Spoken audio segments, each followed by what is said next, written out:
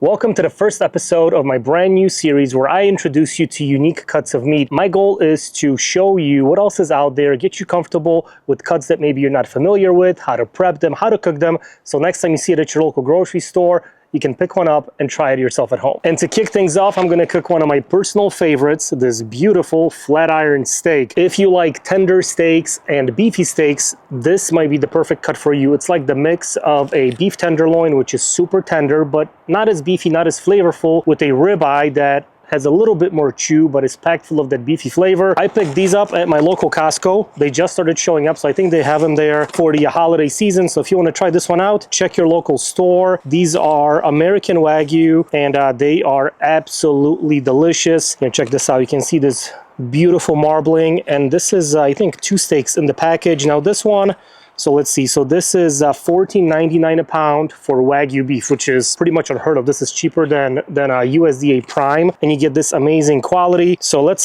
take this out, and I'll show you guys a little bit more on this particular cut here.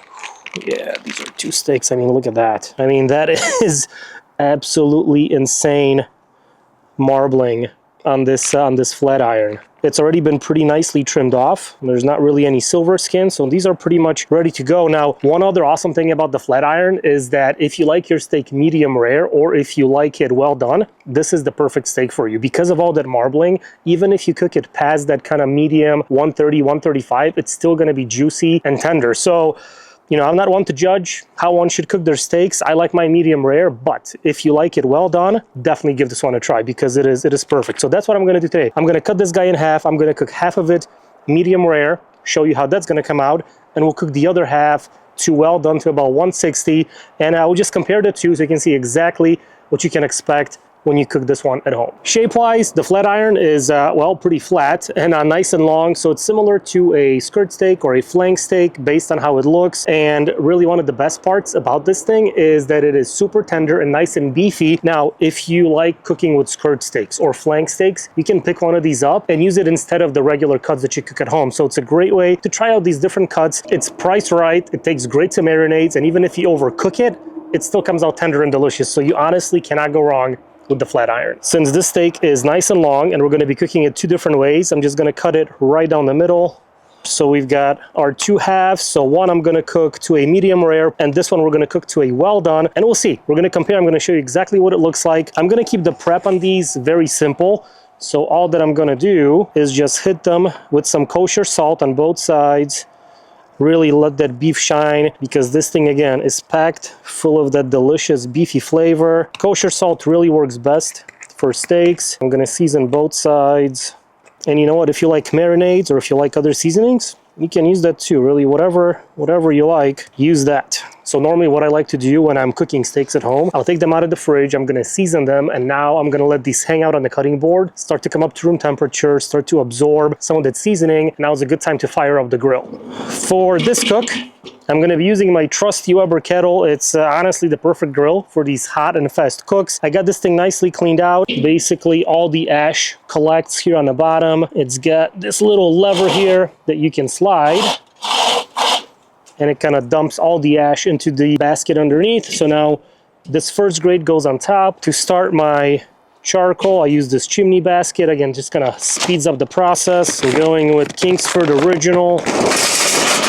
I'm gonna put a couple of these charcoal starters right here on my grate. I'm gonna start these guys up. Really, anything here will work. You can even use a oil-soaked paper towel. This charcoal basket goes right over those starters. We're gonna let those coals come up to temperature. Should take about 10 to 15 minutes, and these will be ready to go. All right, our charcoal is pretty ready. It's not lit all the way to the top, but you can see the fire is almost a little more than halfway through, so it's a good time to dump all these out. I like to set up a dual zone heating zone, or a dual zone setup, I think that's how you say it, where one side is going to be the hot side and one side is going to be the cool side. And what this allows you to do is, you know, we're cooking steaks, but if they start to maybe char up a little bit too much or they start to burn, you can move them to the indirect heat side to finish them off. All right, great. It goes in next. All right, now the grill is ready. The charcoal is fully lit. Here, take a look. See, they're all nicely ashed over. You can see that flame kind of peeking in from the bottom. These flat iron steaks are pretty thin, so these guys are gonna cook pretty quick. These are gonna go on the direct heat side of the grill first, and I'm gonna flip them every 45 seconds to a minute to get that nice even cook and char on the outside. So just like that.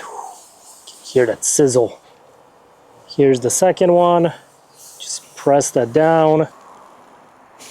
Not much of a crust yet because that was only about 45 seconds, but with each flip, that crust is going to continue to develop on the outside and just build on that flavor. So just continue cooking, flipping. Total cook time on these probably going to be, I don't know, it's going to be less than 10 minutes, maybe 8 to 10 minutes. Again, they're pretty thin, so they should cook fairly quickly. Okay, one more flip. Oh yeah, see, look at it, you can see that kind of fat bubbling crust is forming. Our first steak is ready, so it's temping right around 130. So I'm going to pull this guy off. There's this nice char, nice crust on the outside. And steak number 2 sitting right around 150. So this thing is done. So let's pull this one off too. I'm gonna put it right next to my medium rare steak. I'm gonna bring these inside because it is really cold out here. Let them rest for another 5 minutes or so. Then we'll slice in and see how we did. All right, steaks have rested. Medium rare one and a well done one. Yeah, look at that. I mean, that looks super nice. Nice edge-to-edge color, super juicy. Just kind of barely squeezing it. And you can see all the juice coming out. So now let's do the well done one. So this was cooked to, what, 150, 155? It is still juicy, right? It didn't dry out. Obviously not as juicy as the medium rare, but still a slight pinkish kind of color in the center and still a little juicy. So I'm telling you, if you like your steaks done more or kind of medium well, the flat iron is definitely the way to go. Let's cut a piece and actually try it out.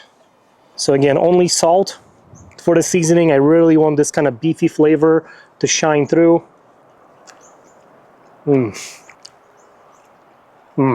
It's such a delicious cut. It's so unique because you get the kind of mouthfeel of a tenderloin. Very tender, very kind of soft, but you still get that nice beefy flavor as if you're eating a ribeye. I mean, yeah, this one is delicious. All right, let's do the well done one. Give this one a try. It's not bad. It's not as bad as other well done steaks because it is still pretty tender. Still has a little bit of the juice inside.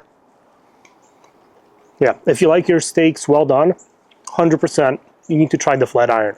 Next time you're at the grocery store and you see a cut of meat that you're not familiar with, check it out. And if you find a flat iron, definitely pick one of these up because it is absolutely delicious.